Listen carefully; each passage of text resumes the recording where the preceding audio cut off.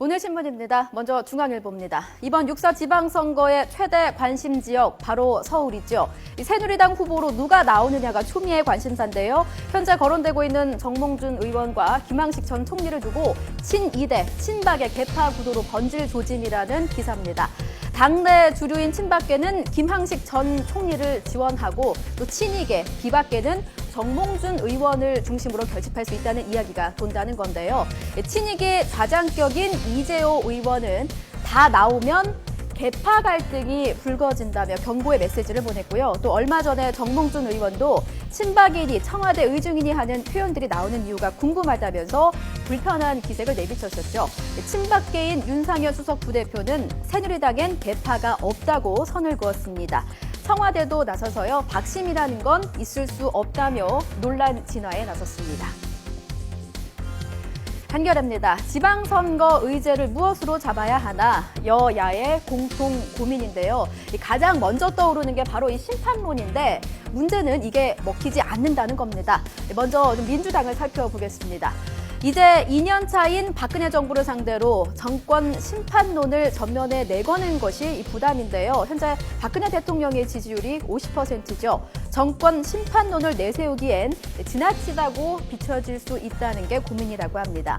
박 대통령이 경제 민주화와 복지 정책을 내걸고 당선된 만큼 현 정부와 각을 세우는 정책을 만드는 것도 쉽지 않아서 고민을 더하고 있습니다. 자, 밑으로 새누리당 더 보시겠습니다.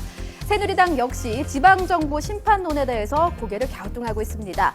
집권단이 심판론을 제기하는 게 적절한지, 또 심판할 구체적인 대상은 누구인지에 대해서도 어려움이 많다고 하는데요.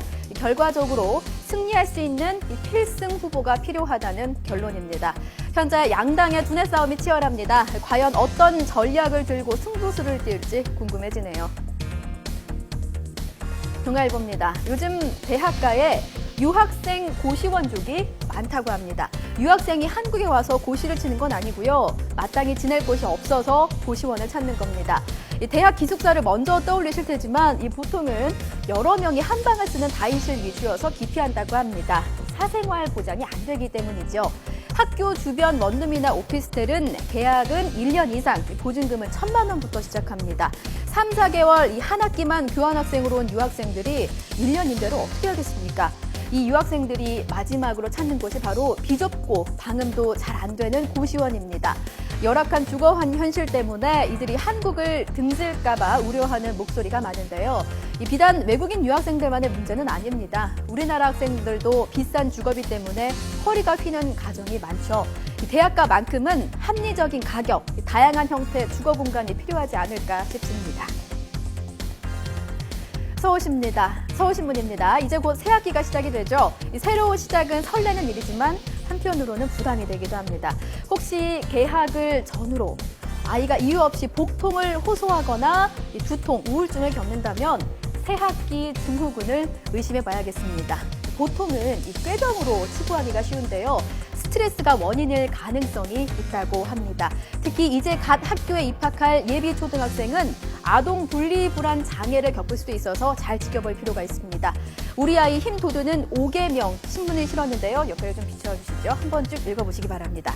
또 중고생의 경우는 친구 문제로 고민할 수 있으니까 지나친 질책은 금물입니다. 직장인들도 월요병 있지 않습니까? 방학 내내 쉬다가 학교 가려니 그 마음 오죽하겠습니까? 많이 헤아려 주시고 다독여 주십시오. 중앙일보입니다. 푸틴 러시아 대통령과 아베 일본 총리가 러시아 소치에서 만났습니다. 일본 정부가 정한 국방 영토의 날, 즉 2차 세계대전 종전 직전 쿠릴 열도 4개 섬을 러시아에 되돌려달라고 정한 날인데요. 바로 이날 두 정상이 만난 겁니다. 그런데 중국을 견제하고 싶은 두 나라, 날선 비판 대신 덕담이 오고 갔다고 하네요.